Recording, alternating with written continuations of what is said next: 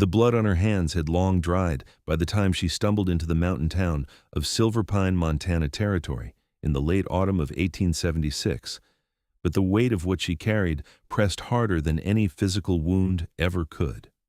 Clara Westfield had ridden for 3 weeks straight, her horse half dead beneath her, her body a canvas of bruises and cuts she refused to acknowledge. She had learned that silence was survival, that showing pain invited more of it, and so she buried every scream, every tear, every trembling breath beneath a mask of stone. The town appeared through the pines like a mirage, wooden buildings clustered together against the coming winter, smoke rising from chimneys into a sky that threatened snow. She slid from her horse in front of the general store and nearly collapsed, catching herself on the hitching post with hands that shook despite her iron will. A man emerged from the trading post across the street, and Clara's breath caught in her throat. He stood well over 6 feet tall, with shoulders broad enough to block out the sun and arms thick with muscle that strained against his wool shirt. Dark hair fell past his shoulders, wild and untamed, framing a face carved from granite and softened only by eyes the color of mountain storms. He carried a bundle of furs over one shoulder, as though they weighed nothing, moving with the easy grace of someone who had spent his life in the wilderness. Those storm-gray eyes locked onto hers, and Clara felt exposed in a way that made her want to run. "You need help, miss?" His voice rumbled deep, edged with concern that felt foreign to her ears. No. The word came out sharper than she intended, defensive and brittle. She straightened despite the way her ribs screamed in protest, despite the knife wound in her side that had barely begun to heal. "I'm fine." The mountain man's eyes narrowed, tracking over her with an assessment that felt too thorough, too knowing. He saw the way she held her left arm close to her body, the stiffness in her movements, the haunted hollows beneath her eyes. He saw too much, and Clara hated him for it. "You are bleeding through your shirt," he said simply, nodding toward her side where a dark stain had begun to spread. Clara glanced down, fury and frustration warring in her chest. The wound had reopened during the ride, and she had ignored it like she ignored everything else. "It is nothing. Nothing kills people out here just as fast as something." He shifted the furs to his other shoulder, taking a step closer. "My cabin is a half-mile up the mountain. I have supplies, hot water, food. You look like you could use all 3. I said I'm fine. But even as she spoke, the world tilted sideways, her vision graying at the edges. She had pushed too far, too hard, and her body was finally demanding payment for her stubbornness. The last thing she saw before darkness claimed her was the mountain man dropping his furs and lunging forward, those massive arms reaching out to catch her before she hit the ground. Clara woke to warmth and the smell of pine smoke. She lay on a bed softer than anything she had felt in months, covered in thick furs that held the heat of a nearby fire. Panic surged through her veins and she sat up too quickly, gasping as pain lanced through her side. Strong hands pressed gently against her shoulders, easing her back down. "Easy now. You have been out for hours and I just finished stitching that wound. Do not tear my work." The mountain man sat beside the bed on a rough-hewn chair, his face illuminated by firelight. Up close, she could see the small scars that marked his hands, the weathered quality of his skin that spoke of years spent in harsh conditions. His eyes, though, remained gentle despite their intensity. "You had no right to touch me." Clara's voice shook with a rage born of fear, of too many hands that had taken without asking, of too much violation dressed up as care. "You collapsed in the street. Would you have preferred I let you bleed out in the dirt?" He asked it without heat, a simple question that demanded an honest answer. She had no response to that, so she looked away, cataloging her surroundings instead. The cabin was small but well built, one large room with a sleeping loft above. Furs and hides hung from the walls and ceiling beams, tools arranged with military precision near the door. A pot bubbled over the fire, filling the space with the rich scent of venison stew. Everything spoke of a man who lived alone but lived deliberately, with care and attention to detail. "Where are my things?" Clara demanded, her hand going instinctively to her side where her knife should have been. "Your weapons are on the table, within reach but not in your hand, since I would prefer not to get stabbed for helping you." He gestured to the rough wooden table where her knife, pistol, and rifle lay cleaned and oiled. "Your horse is in my shelter, fed and watered. Your saddlebags are beside the bed. I did not go through them. The consideration in that last statement made something twist uncomfortably in her chest. Clara forced herself to meet his eyes, to hold that steady gray gaze, even as everything in her screamed to hide. "What is your name?" "Nathaniel Kane. Most folks just call me Kane." He leaned back in his chair, giving her space, even as he watched her with that unnerving attention. "I have been trapping and hunting these mountains for near about 8 years now. Come into town once a month for supplies and to trade furs. Been living alone since I left the army in '68. You fought in the war." It was not a question. She could see it in the set of his shoulders, the watchfulness that never quite left his eyes. "Union Army, 3rd Infantry. Saw more than I cared to see, did things I'm not proud of, came out here to find some peace." His jaw tightened, a muscle jumping beneath his beard. "Your turn. What brings a woman alone to the Montana Territory in late October, wounded and running from something that put fear in her eyes? That's none of your concern. Maybe not. But you are in my cabin, bleeding on my furs, and from the look of things you have nowhere else to go." He said it without judgment, a simple statement of fact. "I'm not asking you to trust me. I'm asking you to let me help you heal before you run again." Clara wanted to refuse, wanted to gather her things and disappear into the wilderness the way she had been doing for weeks. But exhaustion pulled at her bones, and the wound in her side throbbed with a heat that suggested infection. She'd been running on nothing but determination and rage for so long that she had forgotten what it felt like to stop. 3 days, she heard herself say. "I will stay 3 days to heal, and then I'm gone." Kane nodded slowly, something that might have been satisfaction crossing his features. 3 days, then. Are you hungry?" She was starving, though she had barely noticed until he mentioned it. Her stomach growled audibly, and she felt heat rise to her cheeks. Kane smiled, a small quirk of his lips that transformed his stern features into something almost gentle, and rose to ladle stew into a wooden bowl. He helped her sit up, propping her against the wall with furs at her back, and handed her the bowl with a spoon carved from horn. Clara ate slowly, each bite an exercise in restraint when she wanted to devour everything in sight. The stew was rich and perfectly seasoned, the venison tender and flavorful. She could not remember the last time she had eaten something that tasted like more than ash in her mouth. "You are a good cook," she said grudgingly, scraping the bottom of the bowl. "A man learns to take care of himself when he lives alone."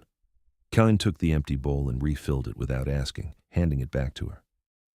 "Eat as much as you want. You look like you have not had a decent meal in a month." It had been longer than that, but Clara did not tell him so. She ate the second bowl more slowly, watching him move around the cabin as he checked the fire, stirred the pot, added wood to the stove in the corner. Every movement spoke of competence and strength, muscles flexing beneath his shirt as he worked. He wore his power casually, without the need to prove or demonstrate it, and that unsettled her more than aggression would have. Men who were comfortable with their strength did not need to use it to intimidate. Her husband had been comfortable with his strength, had used it to break her down piece by piece until she had almost forgotten what it felt like to stand on her own. The scars he had left were not all visible, though her body carried plenty of those too. The deepest wounds were the ones carved into her soul, the ones that made her flinch at unexpected movements, that made trust feel like a luxury she could never afford again. "You are thinking too loud," Kane said without turning around. "I can hear the gears turning from here. I am simply eating your stew. You're planning your escape route and calculating whether you can make it to your weapons before I can stop you." Now he did turn, crossing his arms over that broad chest. "For what it is worth, I have no intention of stopping you from leaving whenever you choose, but I would appreciate it if you gave yourself time to heal first. These mountains do not forgive weakness, and winter is coming fast." "I am not weak." The words came out sharp as broken glass. "I never said you were, but you are hurt, and there is a difference." He moved back to the fire, settling into his chair with an ease that suggested this was his routine, his sanctuary. "Strength is knowing when to rest so you can fight another day." Clara said nothing, finishing her stew in silence. When she was done, Kane took the bowl and brought her a cup of water, then retreated to the other side of the cabin to give her space. She watched him work on a hide, scraping and treating it with practiced efficiency, and slowly felt the tension in her shoulders begin to ease. The exhaustion that had been chasing her for weeks finally caught up, and her eyelids grew heavy despite her best efforts to stay alert. She fought it for as long as she could, unwilling to be vulnerable in front of this stranger, but eventually sleep pulled her under like a tide she could not resist. She woke screaming in the dark, trapped in a nightmare where hands held her down and a voice she knew too well whispered poison in her ear.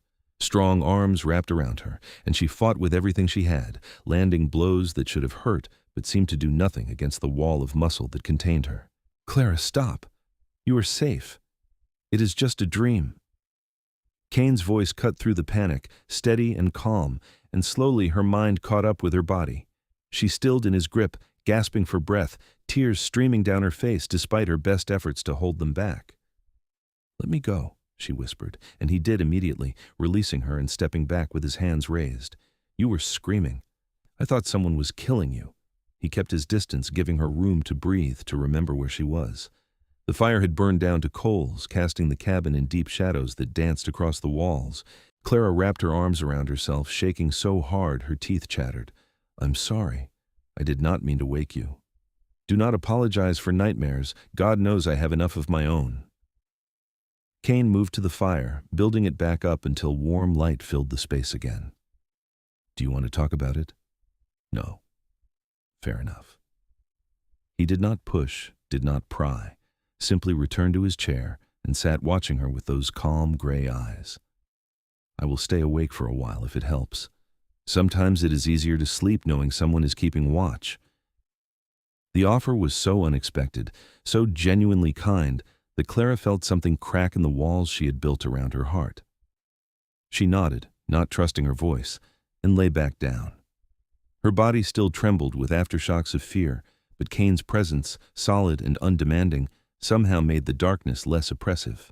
She woke again near dawn to find him still sitting in his chair, his head tilted back against the wall, eyes closed but breathing too measured to be truly asleep. He was keeping watch, just as he had promised, and Clara felt an unfamiliar warmth bloom in her chest. The next 3 days passed in a strange rhythm of silence and small kindnesses. Kane changed her bandages twice a day with gentle, efficient hands, cleaning the wound and applying salve that smelled of herbs and beeswax. He never asked about the other scars he must have seen, the fingerprint bruises on her upper arms, the healed breaks in her ribs, the marks around her wrists that spoke of being bound. He simply tended each injury with the same quiet care, as though she were precious and fragile and deserving of gentleness. Clara did not know what to do with that kind of attention. It felt dangerous in its softness, threatening in its consistency. She waited for the catch, for the moment when kindness would transform into expectation, into demand. But Kane never asked for anything. He cooked and she ate. He tended her wounds and she let him. He gave her space and she took it. On the second day, she was strong enough to sit at the table while he worked on his furs. She watched him in silence, noting the precise movements of his hands, the way he examined each hide for flaws before setting it aside. Everything he did carried a quality of mindfulness, of attention fully present in the moment. "Why did you bring me here?" Clara asked finally, breaking the comfortable silence. Kane looked up from the fox pelt he was examining, his expression thoughtful. "Because you needed help, and I could provide it. It does not need to be more complicated than that." "Everything's more complicated than that. Maybe in the world you come from. Out here, things are simpler. Someone needs help. You help them. Someone is hungry, you feed them. Someone is hurt, you tend their wounds." He set down the pelt, giving her his full attention. "I do not need to know your story to know you deserve basic human decency. You do not know what I have done. I could be a murderer, a thief, anything. Could be. But I do not think you are." He leaned back in his chair, studying her with that unnerving intensity. "I think you are someone who has been hurt badly and is still trying to figure out how to survive it. I think you have been running so long you have forgotten what it feels like to stand still. And I think you are terrified that if you stop moving, whatever is chasing you will finally catch up." Clara's breath caught in her throat. He saw too much, understood too much, and it made her want to bolt. "You know nothing about me." "I know enough. I know you flinch when I move too fast. I know you sleep with your knife under your pillow. I know you check the door and windows a dozen times before you can relax, and even then you never truly do." His voice remained gentle, but his eyes held a fierce understanding that made her chest tighten. "I know what it looks like when someone has been broken by another person's cruelty, because I have seen it before. Because I have felt it myself." "The war," Clara whispered. "The war, and what came after. My commanding officer was a man who believed fear was the best motivator, that breaking a man down was the only way to build him back up into a proper soldier. He was wrong, but by the time I figured that out, the damage was done." Kane's jaw tightened, old pain flickering across his features. "I spent 2 years learning how to be afraid of my own shadow, how to anticipate violence in every interaction, how to make myself small and invisible to avoid attracting attention. It took coming out here, being alone with nothing but mountains and silence, to remember that I was more than what he made me." Clara stared at him, this mountain of a man who radiated strength and capability, and tried to reconcile that image with the picture he had just painted. "You do not seem afraid of anything. I learned how to carry it differently, how to acknowledge the fear without letting it control me." He held her gaze steady and sure. "You will learn too, if you give yourself the chance. I cannot stay here. I'm not asking you to, but you can take the time you need to heal before you go. 3 days was your timeline, not mine. Stay as long as you need, Clara. No expectations, no obligations, just a safe place to catch your breath." She wanted to refuse, wanted to maintain the walls that kept her separate and protected. But something in his voice, in the genuine offer of sanctuary without strings attached, made her consider the possibility that maybe, just maybe, she did not have to do this alone. "1 more week," she heard herself say, "and then I'm gone." Kane nodded, a small smile playing at the corners of his mouth. 1 more week. That week stretched into 2 as autumn gave way to the first real snows of winter. Clara's wound healed cleanly under Kane's careful attention, the angry red fading to pink and then to a thin white line that matched so many others on her body. She grew stronger each day, helping with small tasks around the cabin, learning the rhythm of life in the mountains. Kane taught her how to prepare hides, how to tell good fur from bad, how to set snares for rabbits, and read the signs that indicated deer nearby. He moved through the wilderness like he was part of it, reading the forest the way other men read books, and Clara found herself watching him more than she should. The way his muscles flexed when he chopped wood, the concentration on his face, when he tracked game, the gentleness in his hands when he handled injured animals they found near the cabin. He was nothing like her husband had been. Thomas Westfield had been a banker in St. Louis, refined and educated, with soft hands and a harder heart. He had courted her with poetry and promises, had seemed like everything a woman could want in a husband. She had been 19 and naive, believing that love was enough to build a life on. She had learned differently in the 5 years of their marriage, had discovered that a man could smile while he hurt you, could whisper endearments while his hands left bruises, could apologize with flowers while planning the next punishment for imagined transgressions. The final beating had nearly killed her. Thomas had come home drunk and angry, convinced she had been unfaithful despite never having left the house without his permission. He had beaten her with his belt, his fists, his boots, until she could not move, could not scream, could barely breathe. She had lain on the floor of their bedroom for hours after he passed out, bleeding and broken, and had made a choice in that darkness. She had waited until he was fully asleep, had taken his pistol from the nightstand, and had put a bullet through his head. Then she had packed what little she could carry, taken his horse and all the money in the house, and had run.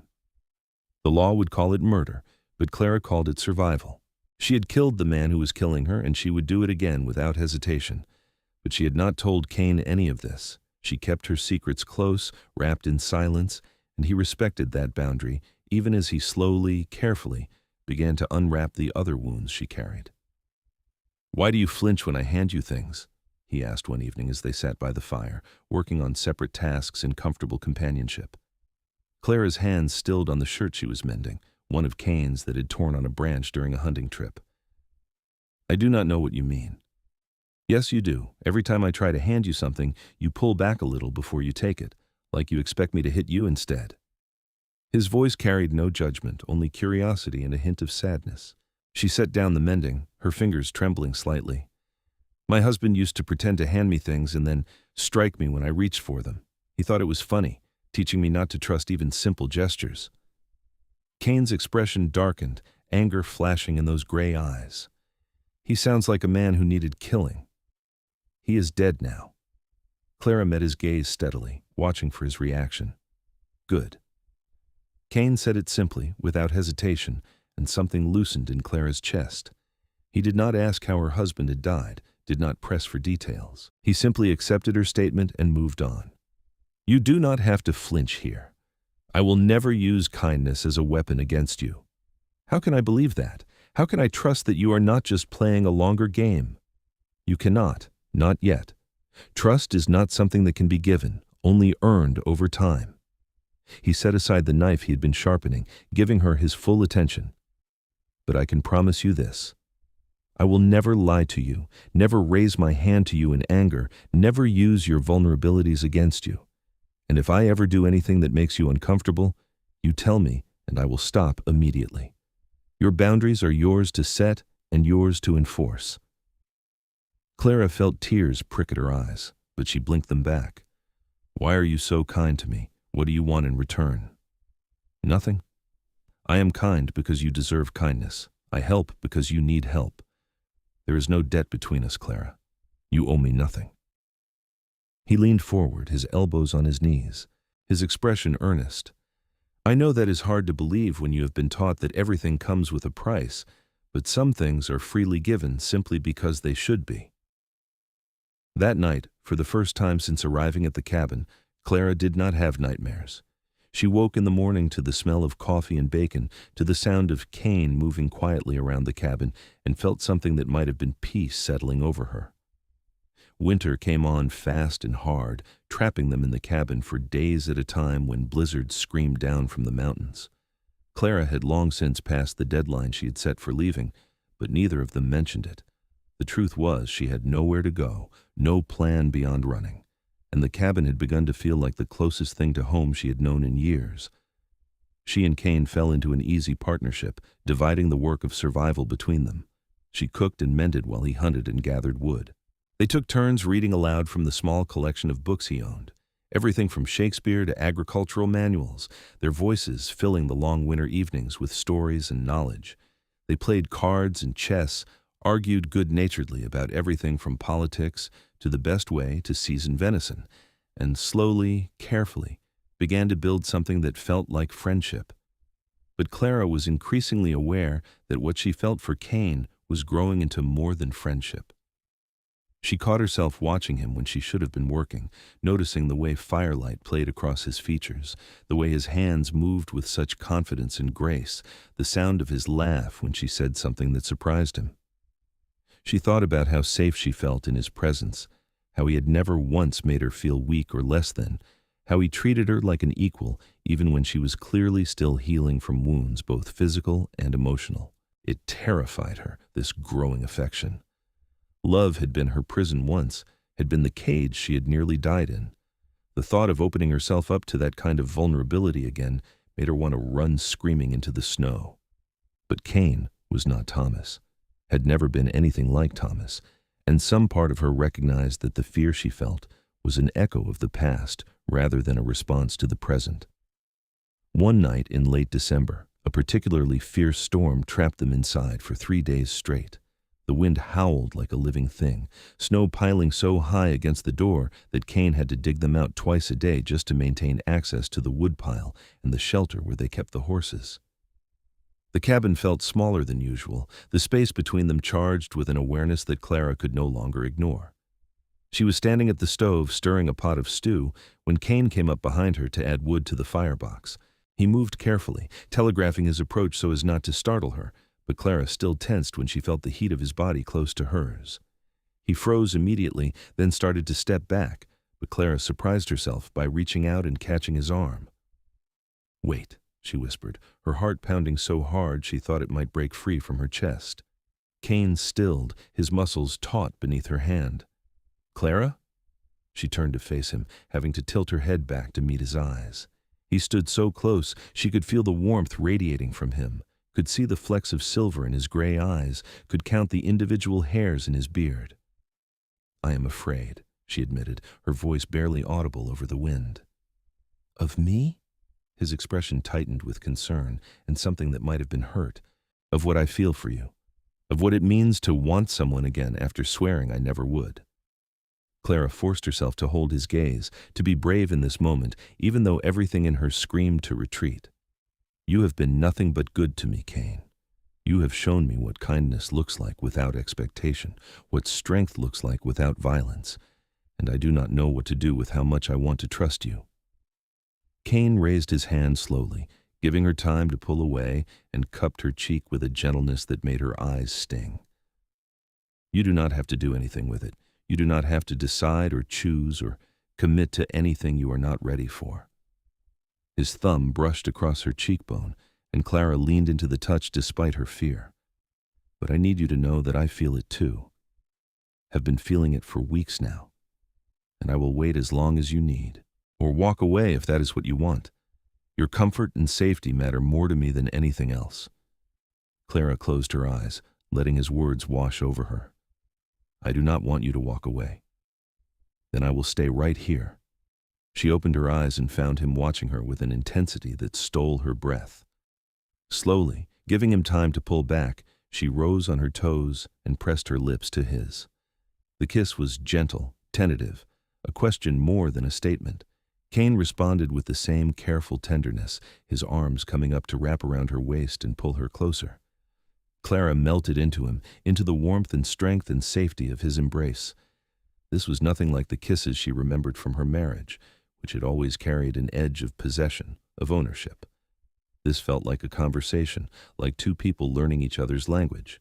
And when they finally pulled apart, she was breathless and trembling and utterly certain that she had made the right choice. Are you all right?" Kane asked, his forehead resting against hers. "Yes." And she meant it. For the first time in longer than she could remember, she was truly all right. They took things slowly after that, learning each other's boundaries and preferences, building intimacy one careful step at a time. Kane never pushed, never demanded more than Clara was ready to give. He kissed her goodnight before retreating to his own bed in the loft, giving her space even though they both ached for more. He held her when nightmares woke her screaming, his arms a fortress against the dark, and never made her feel weak for needing that comfort. As winter deepened and the new year arrived, Clara began to talk about the things she had kept silent. She told Kane about her marriage in pieces, small revelations shared in the quiet hours before sleep. She told him about Thomas's cruelty, about the systematic destruction of her self-worth, about the night she had finally fought back. Kane listened without judgment, his anger at what had been done to her, evident in the tension of his jaw, the tightness around his eyes. But he never interrupted, never tried to fix or explain away her pain. "I killed him," Clara said one night, the confession falling from her lips like stones. "I shot him while he slept, and I've been running ever since. The law will hang me if they catch me." Kane was quiet for a long moment, his arms tightening around her where they sat together on the bed. "Does anyone know it was you?" "I do not know. I left that same night, did not wait to find out. His family has money and influence. They will want someone to pay for his death." Clara turned to look at him, searching his face for signs of disgust or rejection. "Does that change how you see me?" "No," Kane said it firmly, without hesitation. "You defended your life. That is not murder. That is survival. And if the law comes looking, they will have to go through me to get to you." Clara felt tears spill down her cheeks, the relief so overwhelming it hurt. "You would do that? Risk everything for me? I would do anything for you." He kissed her forehead, her cheeks, the tip of her nose. "You are not alone anymore, Clara. Whatever comes, we face it together." She kissed him then with all the pent-up emotion she had been holding back for weeks. Kane responded with a hunger that matched her own, his hands sliding into her hair as he deepened the kiss. They made love slowly that night, Kane taking the time to kiss every scar, every healed wound, every place that hurt. He unwrapped her silence with patient hands and tender words, showing her what it meant to be cherished rather than possessed. Clara wept through most of it, overwhelmed by the gentleness, by the way he kept checking to make sure she was all right, by the feeling of being seen and valued and loved. Afterward, they lay tangled together in the warmth of the furs, and she felt whole in a way she had never expected to feel again. "I love you," she whispered into the darkness, the words both terrifying and liberating. "I love you too," Kane's voice rumbled against her ear where she rested her head on his chest. "Have loved you since you tried to stab me for changing your bandages." Clara laughed, the sound rusty from disuse but genuine. "I did not try to stab you. You thought about it real hard, though. Maybe a little." She smiled against his skin, feeling lighter than she had in years. "What do we do now?" "We live. We build a life together here in these mountains, away from people who would hurt you. We survive the winter and plant a garden in the spring. We trap and hunt and make enough money to get by. We love each other and figure out the rest as we go." Kane pressed a kiss to the top of her head. "Unless you want something different?" "No, this is exactly what I want." Clara tilted her face up to kiss him again, slow and sweet. "Just you and me and these mountains. Then that is what we will have." Spring came slowly to the Montana territory, the snow melting in fits and starts as the days gradually grew warmer. Clara and Kane emerged from their winter cocoon like bears from hibernation, blinking in the bright sunshine, eager to stretch and move after months of confinement. The world outside the cabin had transformed, everything green and growing, the forest alive with birdsong and the rushing sound of meltwater cascading down the mountainside. They worked together to clear space for a garden, Clara using muscles she had not known existed to help Kane turn the soil and build raised beds. He taught her how to read the forest, how to identify edible plants and medicinal herbs, how to track game by the signs they left behind. She proved to be a quick study, her mind sharp and her determination fierce, and Kane found himself falling deeper in love with her every day.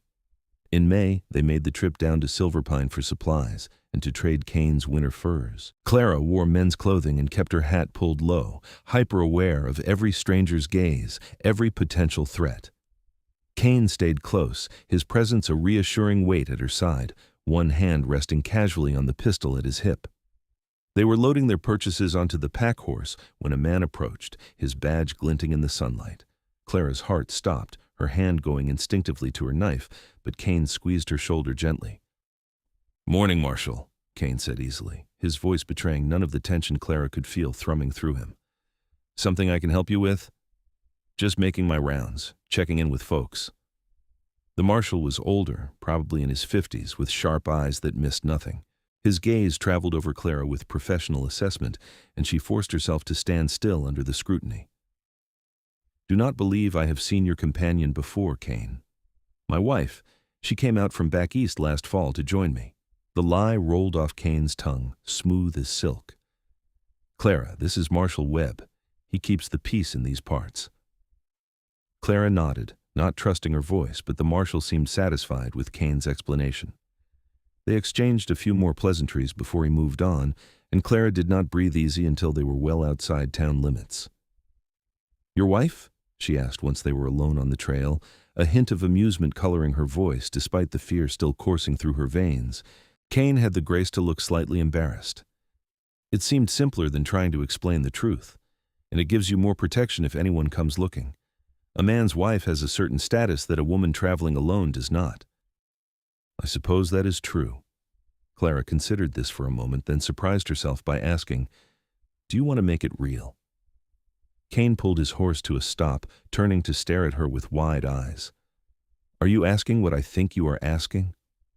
I am saying that if we are going to tell people we are married, we might as well actually be married, if you want to. I mean, we already live together and share a bed and are building a life. Marriage seems like the logical next step." Clara felt her cheeks heat under his intense gaze. "Unless you do not want to." "I want to. God, Clara, I want nothing more than to call you my wife for real." Kane dismounted and moved to her horse, reaching up to lift her down. His hands spanned her waist, holding her steady as her feet touched the ground.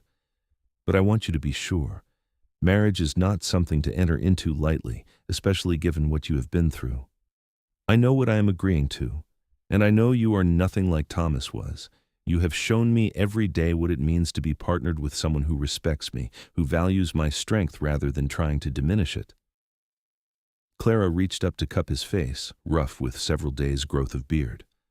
"I want to marry you, Kane. I want to build this life with you officially and legally. I want to take your name and leave Clara Westfield behind forever." Kane kissed her then, deep and thorough, pouring everything he felt into the contact. When they finally broke apart, both were breathing hard and his eyes shone with unshed tears. "Then we will get married. There is a circuit preacher who comes through Silverpine once a month. Next time he is in town, we will make it official." They were married in late June, in a simple ceremony at the small church in Silverpine, with the preacher and his wife as witnesses. Clara wore a new dress that Kane had commissioned from the town seamstress, simple but well made in pale blue cotton that brought out her eyes. Kane wore his best shirt and had trimmed his beard and hair for the occasion, looking almost civilized despite his size and obvious strength. The preacher asked if there was any impediment to their union, and Clara held her breath, terrified that someone would appear to denounce her as a murderer and a runaway. But the church remained quiet, except for the sound of wind through the open windows, and the ceremony proceeded without incident. "I now pronounce you man and wife. You may kiss your bride." Kane gathered Clara into his arms and kissed her with a tenderness that made her forget to be afraid, forget everything except the taste of his lips and the solid warmth of his body against hers. When they pulled apart, she was smiling through tears, and Kane looked happier than she had ever seen him. They celebrated with dinner at the town's small restaurant, a rare luxury, before heading back up the mountain to their cabin. That night, Kane made love to his wife with reverent attention, taking the time to worship every inch of her body, to make her gasp and cry out his name until she was boneless with pleasure. Afterward, they lay tangled together beneath the firs, and Clara felt a contentment so profound it almost hurt. "Thank you," she whispered into the darkness. "For what?" "For saving me. For giving me a reason to stop running. For showing me what love is supposed to look like." Clara pressed a kiss to his chest, right over his heart. "For unwrapping all my wounds and kissing the places that hurt." Kane's arms tightened around her, his voice rough with emotion. "You saved yourself, Clara. You fought your way out of hell and survived. I just gave you a safe place to land. The strength, the courage, the determination to heal, that was all you." "We saved each other then." She tilted her face up to kiss him softly. "And now, we get to spend the rest of our lives being happy." "That sounds perfect to me." Summer settled over the mountains in full glory, everything lush and green and alive. Clara's garden flourished under her careful attention, providing fresh vegetables to supplement the game Kane brought home from hunting. They worked side by side in comfortable partnership, building a life that felt real and solid and good.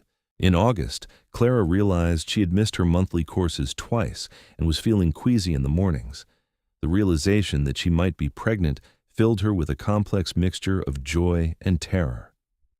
She had never wanted children with Thomas, had been grateful that none had come during their marriage.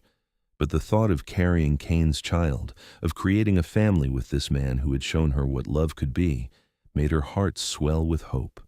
She waited until she was certain before telling him, choosing a quiet evening after dinner when they sat together watching the sunset paint the sky in shades of gold and crimson. "Kane, I have something to tell you." He looked at her, his expression immediately concerned. "What is wrong?" "Nothing is wrong. At least, I do not think so." Clara took his hand, placing it over her still flat stomach. "I am pregnant. We are going to have a baby." Kane's face went through a series of expressions so rapidly she could not track them.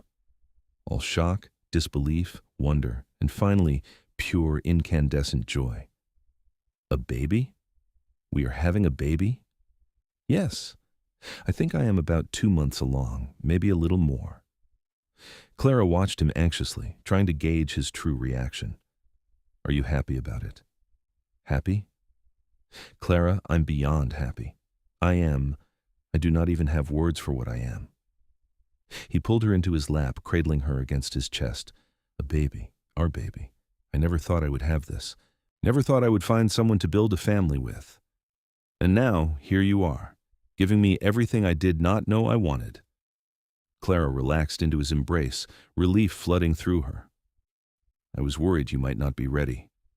I've been ready for this my whole life. I just did not know it until now. Kane pressed a kiss to her temple, his hand still resting protectively over her stomach. We are going to be parents. We are going to be parents, Clara echoed, and felt tears of happiness slide down her cheeks. The pregnancy progressed smoothly through the fall and into winter. Clara bloomed with health despite the occasional nausea and exhaustion, her body adapting to the changes with surprising ease. Kane became even more protective, insisting she rest more and work less, though Clara generally ignored him and continued with her usual tasks until her growing belly made certain movements awkward. They spent the long winter evenings preparing for the baby's arrival. Kane building a cradle from pine wood that he sanded smooth and carved with intricate designs. Clara sewed tiny clothes and blankets, her heart swelling with love for the child she had not yet met. They argued good-naturedly about names, Kane favoring strong, traditional choices, while Clara preferred something more unusual. What about Samuel for a boy? Kane suggested one evening in early February as they sat by the fire. Samuel Kane. That has a nice sound to it. Clara considered this, her hand resting on her stomach where the baby kicked and rolled. And for a girl? Rebecca, after my mother. Rebecca Kane, I like that. Clara smiled at him over the shirt she was hemming. Though we might want to have backup names in case the baby objects to our choices. Babies cannot object. They do not get a say until they can talk. Tell that to this one. He or she has already expressed strong opinions about what I eat and how much I sleep. As if to prove her point, the baby delivered a particularly solid kick that made Clara wince. Kane moved to kneel beside her chair, pressing his hand to her belly just in time to feel another kick. His face lit up with wonder, the same expression he got every time he felt the baby move. Strong already, going to be a fighter like his mother. Or her mother. Or her mother, Kane agreed, leaning in to kiss her rounded stomach. Either way, this child is going to have the best mother in the world. Clara's labor began on a cold March night during a snowstorm, nature seeming determined to make the arrival as dramatic as possible. Kane had gone down to Silverpine the previous week to fetch the midwife, a practical woman in her 40s named Margaret, who had delivered most of the babies in the territory.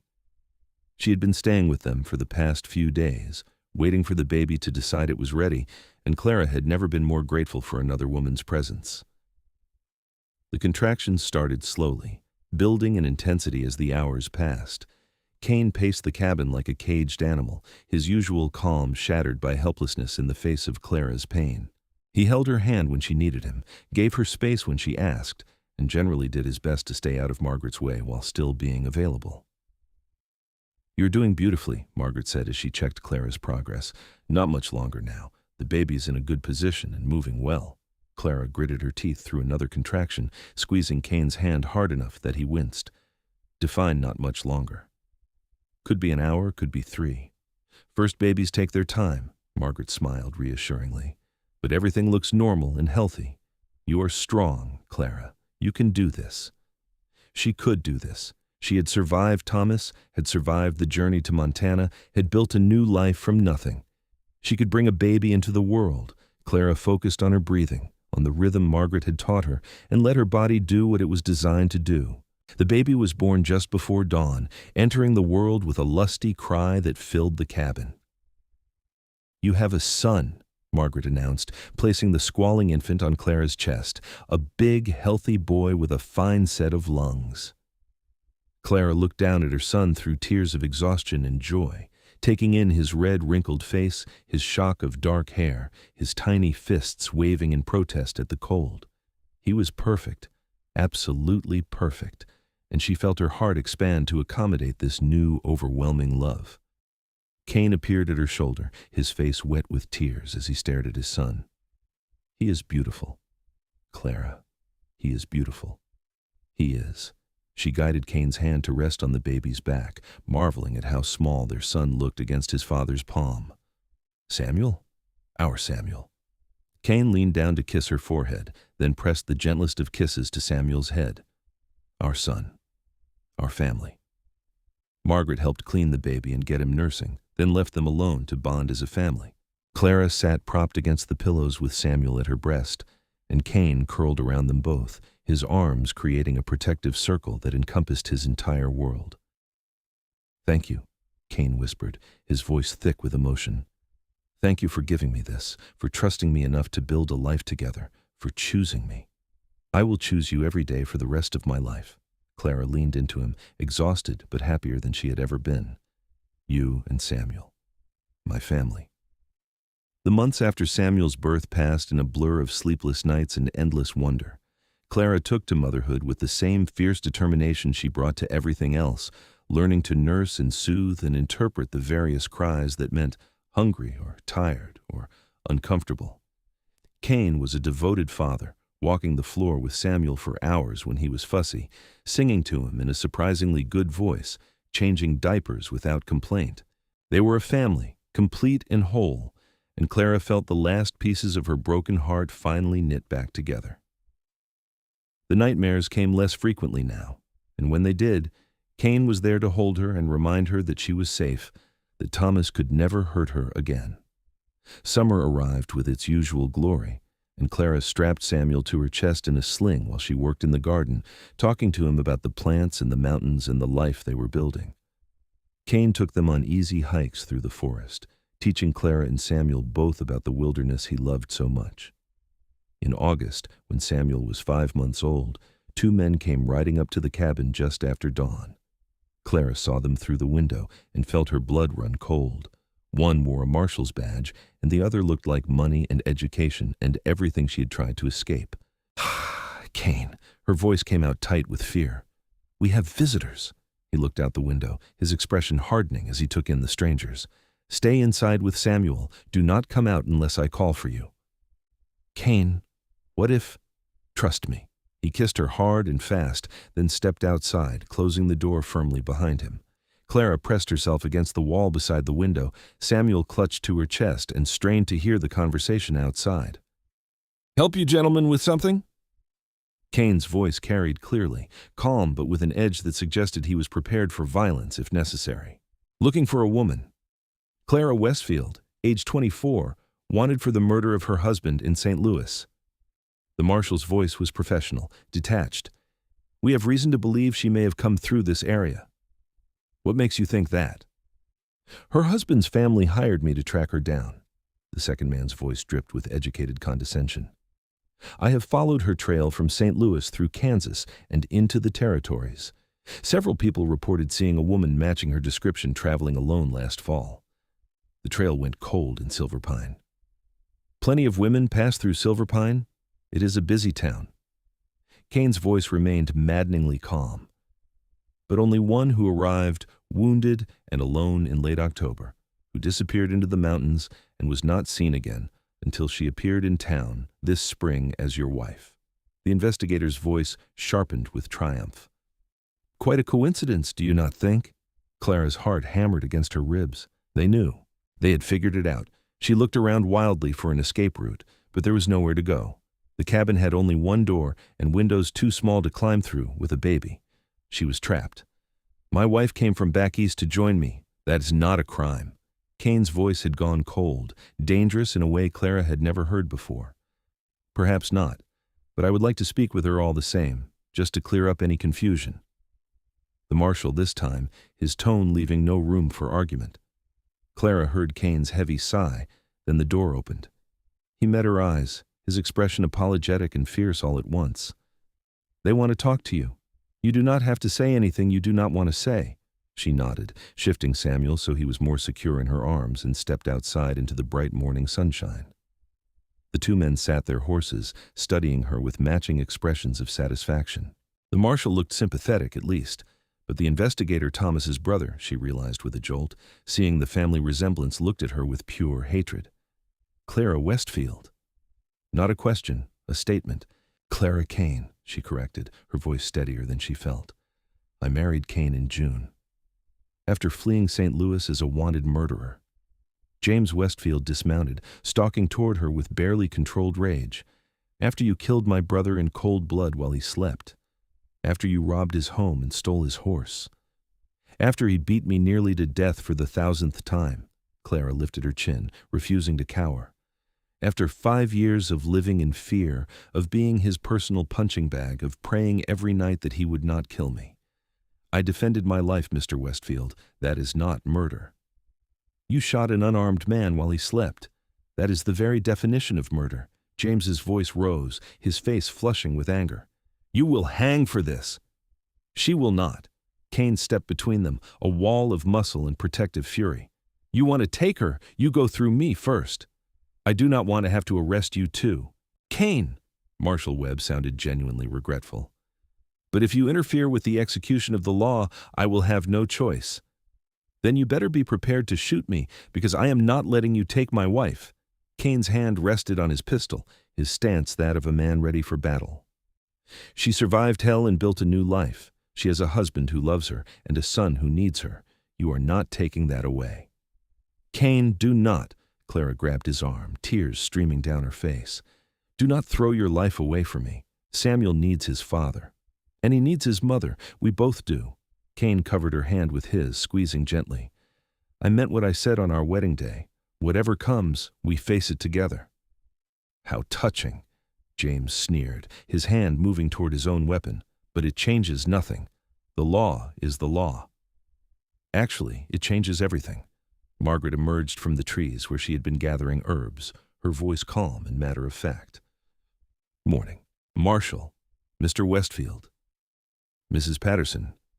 What are you doing here? Marshal Webb looked confused by the midwife's appearance. I've been staying with Kane and Clara off and on since before the baby was born. Was just down the trail a bit gathering medicine. Margaret moved to stand beside Clara, her expression pleasant but her eyes hard. And I could not help overhearing your conversation. Seems to me you are missing some important information. What information would that be? James demanded.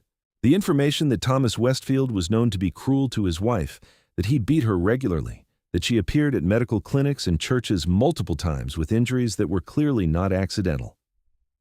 Margaret pulled a folded paper from her pocket, handing it to the marshal. I wrote to some colleagues in St. Louis after Clara told me her story. They were kind enough to send documentation.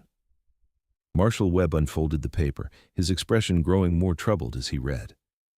This says Mrs. Westfield was treated for broken ribs, a fractured wrist, and significant bruising on 3 separate occasions. That the doctor suspected her husband was responsible, but Mrs. Westfield denied it. Because I was terrified of what Thomas would do if I told the truth. Clara's voice shook but remained steady. He threatened to kill me if I ever told anyone about the beatings. I believed him. My brother was a respectable banker, not some brute who beat women. But James's protest lacked conviction, and his face had gone pale. Your brother was a monster who hid behind respectability. Clara met his eyes squarely, refusing to back down. And if you are honest with yourself, you know it is true. You saw the bruises, heard the excuses. You just did not want to believe what they meant. James looked away, his jaw clenched tight. That does not give you the right to kill him. It gives her the right to defend herself, and that is what a jury would likely conclude if this ever went to trial. Marshal Webb folded the paper carefully, his expression thoughtful. The law allows for self-defense, even against a spouse, especially with this kind of documentation. You cannot be serious. James turned on the marshal, fury evident in every line of his body. You're just going to let her go? I'm going to use my discretion as an officer of the law to determine that pursuing this case further would not serve justice. Webb looked at Clara, his expression kind. Mrs. Kane, I am sorry for what you endured. No one should have to live like that. As far as I am concerned, Thomas Westfield died in an accident and his widow moved west to start a new life. Are we clear? Clara could barely breathe around the hope swelling in her chest. Yes, sir, we are clear. Good. Then I suggest you folks enjoy your morning. We will be heading back to Silverpine now. Webb mounted his horse, nodding to Kane and Margaret before turning to James. Coming, Mr. Westfield? James stood frozen for a long moment, his hands clenched into fists at his sides. Finally, he mounted his horse, his movements jerky with suppressed rage. This is not over. Yes, it is. Clara found her voice, found the strength she had built over the past year. Your brother is dead and I am alive. That is how it ends. You can accept that and move on with your life, or you can let it consume you, but either way, I am done running." James stared at her for a heartbeat longer, then wheeled his horse around and rode away. Marshal Webb tipped his hat to them and followed, leaving Clara, Kane, and Margaret standing in the morning sunshine. Clara's legs gave out, and she would have fallen if Kane had not caught her, pulling her and Samuel against his chest. She shook violently, the terror and relief and residual fear all crashing over her at once. Kane held her through it, his arms steady and sure, while Margaret took Samuel and murmured soothing words. "It is over," Kane whispered against her hair. "You are safe. You are free. No one is going to take you away from us." "I cannot believe it. I cannot believe they are just letting me go." Clara pulled back to look at him, tears streaming down her face. "I thought for sure I would hang. Not while I draw breath." But it did not come to that, thank God, in Margaret's quick thinking. Kane looked at the midwife over Clara's head, his expression grateful. "How did you know to write to those doctors?" "Because I have seen this story play out too many times. Women who are beaten and broken by the men who are supposed to love them, who have nowhere to turn because the law does not protect them." Margaret handed Samuel back to Clara, patting her shoulder gently. "I figured if it ever came to it, having documentation might make the difference. I'm glad I was right. I do not know how to thank you." Clara clutched Samuel close, breathing in his sweet baby smell, grounding herself in the reality that she was here, she was safe, she was home. "Just live well. Love your family, raise your son, be happy. That is all the thanks I need." Margaret smiled, her weathered face kind. "You have been given a second chance, Clara. Make the most of it." "I will. I swear I will." The years that followed were marked by quiet contentment and steady growth. Samuel grew from infant to toddler to boy, strong and bright and fearless like his father. He learned to track and hunt, to read the forest and respect the wilderness, but he also learned gentleness from the way Kane treated Clara, learned that strength and kindness were not mutually exclusive. 2 years after Samuel's birth, Clara gave birth to a daughter they named Rebecca, tiny and fierce with her mother's eyes and her father's determination. She was followed 2 years later by another son, Daniel, who was placid and thoughtful where his siblings were wild.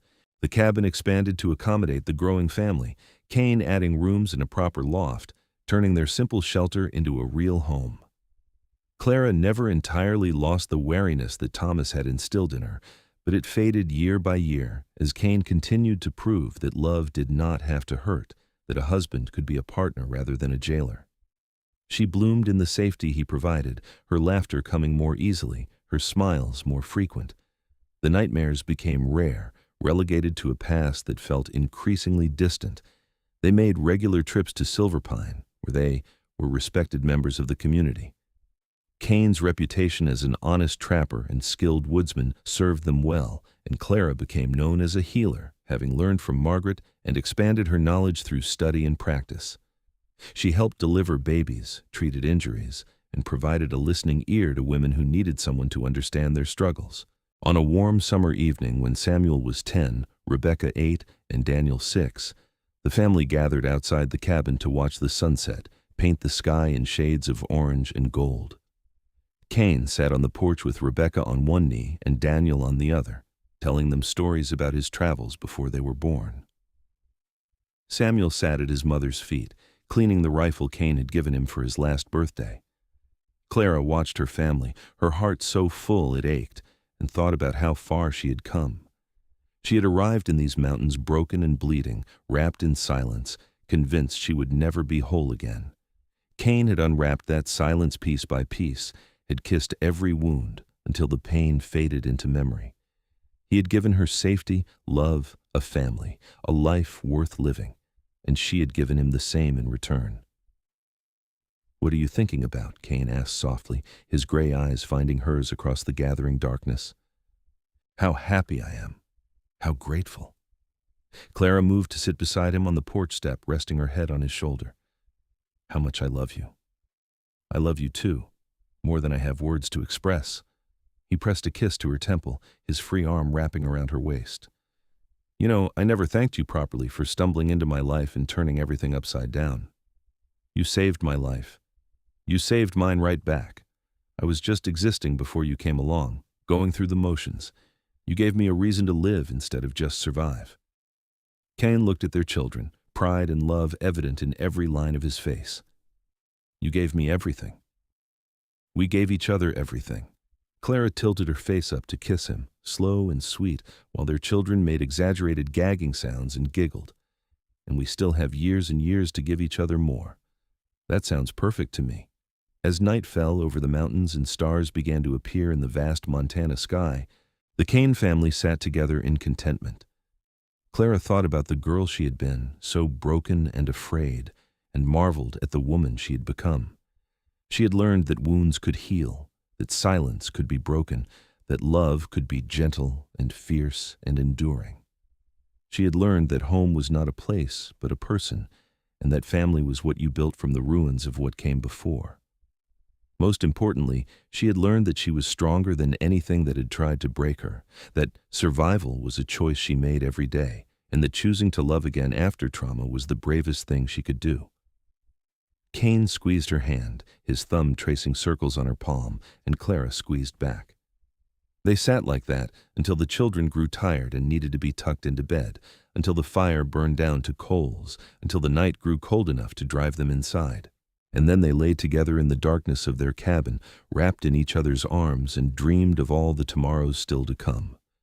The seasons continued their endless cycle, winter giving way to spring, spring to summer, summer to autumn, and autumn back to winter again. Samuel grew tall and strong, eventually taking over much of the hunting and trapping from his father. At 18, he married a girl from Silverpine, a farmer's daughter named Emma, who was as practical as she was kind. They built a cabin a mile down the mountain from Kane and Clara's place, close enough to help but far enough for independence. Rebecca proved to have a gift for healing that surpassed even her mother's, and she apprenticed with Margaret until the older woman's death when Rebecca was 16. She took over Margaret's practice, becoming the midwife and healer for the entire region. She never married, claiming she was too busy and too independent to tie herself to one person. But Clara suspected her daughter simply had not found someone who could match her formidable will. Daniel, the quiet middle child, surprised everyone by developing a passion for education. He devoured every book he could get his hands on, teaching himself mathematics and science and philosophy. At 20, he left for the East to attend university, breaking his parents' hearts, but making them intensely proud. He wrote long letters home describing his studies and his life in the city, and visited every summer with arms full of books and head full of ideas. Kane and Clara grew older together, their bodies marked by time and hard living, but their love as strong as ever. Kane's hair turned silver, and his movements slowed slightly, but he still chopped wood and hunted game well into his 60s. Clara's hands developed arthritis that made fine work difficult, but she continued to garden and help Rebecca with healing work when she was needed.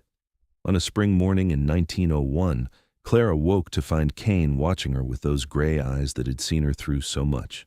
They were both in their 50s now, their children grown and building their own lives, and the cabin felt too quiet sometimes without the noise and chaos of young ones. "Good morning," Clara murmured, reaching out to touch his face. Silver threaded his beard now, and lines creased the corners of his eyes, but he was still the most beautiful thing she had ever seen. "Good morning, wife." Kane caught her hand, pressing a kiss to her palm. "I've been lying here thinking." "About what?" "About how lucky I am, how a woman stumbled into my life 25 years ago and changed everything. How I got to spend a quarter century loving her and being loved in return." His voice was rough with emotion, his eyes suspiciously bright. "How grateful I am for every single day." Clara felt tears prick her own eyes, overcome by the depth of feeling in his words.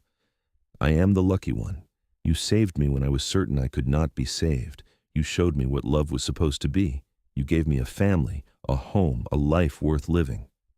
We saved each other." Kane pulled her into his arms, holding her close. "And we are going to keep saving each other for as many years as we have left. Promise?" "I promise. Until my last breath, Clara Kane. You are stuck with me." "Good." She kissed him, pouring 25 years of love and gratitude into the contact. "Because I am not done with you yet." They made love slowly, taking their time to relearn familiar territory, to celebrate the body they had each earned through years of life and work and love. Afterward, they lay tangled together in the morning light, and Clara thought about all the wounds that had healed, all the silence that had been broken, all the places that had hurt, and now held only tenderness. Kane had unwrapped every wound she carried, had kissed every place that hurt, and had helped her become whole again. She had done the same for him, had helped him heal from his own traumas, had given him a family to love and a purpose beyond mere survival. They had built something beautiful from broken pieces, had created a legacy that would continue long after they were gone. That evening, their children and grandchildren gathered at the cabin for Sunday dinner, a tradition that had developed over the years. Samuel and Emma brought their 4 children, ranging from 15 to 6. Rebecca came alone, but vibrant with stories from her latest difficult delivery. Daniel had sent a telegram saying he would be home for the summer in June and could not wait to see everyone. The cabin overflowed with noise and laughter, children running wild while adults talked and worked together to prepare the meal. Kane carved the roast, while Clara directed operations from her chair by the fire, her arthritis bothering her more than usual. Rebecca noticed and brought her mother a cup of willow bark tea without being asked, pressing a kiss to her forehead. "How are you feeling, Mama?" "Happy.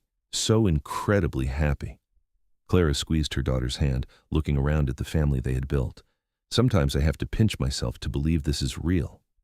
"It is real. You and Papa built something wonderful here." Rebecca settled on the floor beside her mother's chair, resting her head against Clara's knee in a gesture that was pure childhood comfort. "You taught us all what love is supposed to look like. Your father did that. He showed me first." Clara ran her fingers through Rebecca's hair, marveling that this confident, capable woman was the same tiny baby she had held in her arms all those years ago. Dinner was chaotic and perfect, everyone talking over each other, stories and laughter filling every corner of the cabin. Kane sat at the head of the table with Clara at his right hand, and he looked down the length of it at his family with an expression of pure contentment. This was what he had dreamed of during long, lonely years in the Wilderness Connection: love, belonging, and Clara had given it all to him. After dinner, while the children played outside in the lingering twilight and the adults cleaned up, Samuel approached his parents. At 28, he looked remarkably like his father, tall and broad with the same steady gray eyes. But he had his mother's compassion, her ability to see the wounds people carried and respond with gentleness. "Papa, Mama, Emma, and I have something to tell you." Samuel glanced at his wife, who smiled and nodded encouragement. "We are expecting again. The baby should arrive in late autumn." Clara felt joy surge through her chest, tears springing to her eyes. "Oh, Samuel, that is wonderful news." Kane pulled his son into a tight embrace, thumping him on the back. "Congratulations, son. You and Emma make beautiful babies. We have you two to thank for that. You showed us how to build a marriage worth having, how to raise children with love and respect." Samuel's voice was thick with emotion. "Everything I know about being a husband and father, I learned from watching you. You learned by being yourself. We just gave you the foundation." Kane's eyes were suspiciously bright as he pulled back to look at his son. "But I am proud of the man you have become, Samuel. Prouder than I can say." The evening wound down eventually. Children carried home sleepy and full, adults calling out farewells and promises to visit soon. Finally, Kane and Clara were alone again in their cabin, the quiet settling around them like a familiar blanket. They sat together on the porch in the rocking chairs Kane had built years ago, watching the stars emerge one by one in the vast Montana sky. The air smelled of pine and coming summer, rich and alive. Clara reached over and took Kane's hand, lacing their fingers together. "Do you remember the day we met?" she asked softly. "Every detail. You looked like you were ready to fight the whole world, standing there bleeding and defiant in front of the general store." Kane squeezed her hand gently. "I knew right then you were going to change my life. I was terrified of you. You were so big and strong, and I was convinced you would hurt me like Thomas had. But I did not. No, you did not. You showed me what strength looks like when it is tempered with kindness. You taught me that big hands could be gentle, that power could be used to protect rather than harm." Clara turned to look at him, this man who had been her salvation and her partner for 25 years. "You taught me how to live again. You taught me how to love. Before you, I existed. After you, I lived." Kane raised her hand to his lips, pressing a kiss to her knuckles. "You gave me everything, Clara. A family, a purpose, a reason to be grateful for every sunrise. I would live through everything, the war, the loneliness, the hard years all over again if it meant ending up here with you." Clara felt tears slip down her cheeks, but they were good tears, tears of joy and gratitude and overwhelming love. "I love you, Nathaniel Kane. I have loved you since you caught me before I hit the ground, and I will love you until I take my last breath. I love you too, Clara Kane. You are my heart, my home, my everything." They sat together in the darkness, hands linked, hearts entwined, and watched the stars wheel overhead. The night sounds of the forest surrounded them, the hoot of an owl, the rustle of small creatures in the underbrush, the distant howl of a wolf. These mountains had witnessed their love story from the beginning, had sheltered them through storms both literal and metaphorical, and would continue to stand long after they were gone. But for now, they were here, alive and together, and wrapped in the warmth of a love that had survived everything. Clara thought about the wounds she had carried to this place, wounds both visible and invisible, and how Kane had unwrapped each one with patient hands and tender care. He had kissed the places that hurt until they healed, had given her the time and space and safety to become whole again. And she had done the same for him, had helped him heal from the wounds the war had left, had shown him that he was worthy of love and family and happiness.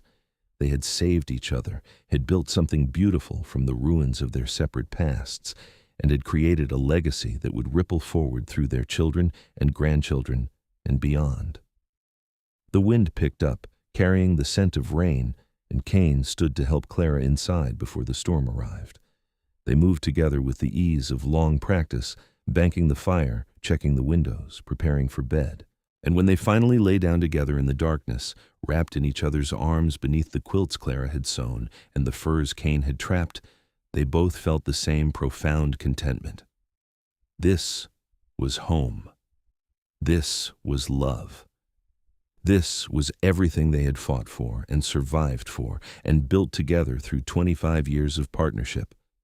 And as sleep claimed them both, pulling them down into dreams of tomorrow and all the days still to come, they knew with absolute certainty that they would face whatever came next together, as they always had, as they always would, until the very end and perhaps beyond. The mountain winds whispered through the pines, a lullaby as old as time, and the cabin stood strong against the night, sheltering the love that lived within its walls. Clara Kane slept peacefully, her wounds long healed, her silence long broken, her heart finally, completely, irrevocably whole.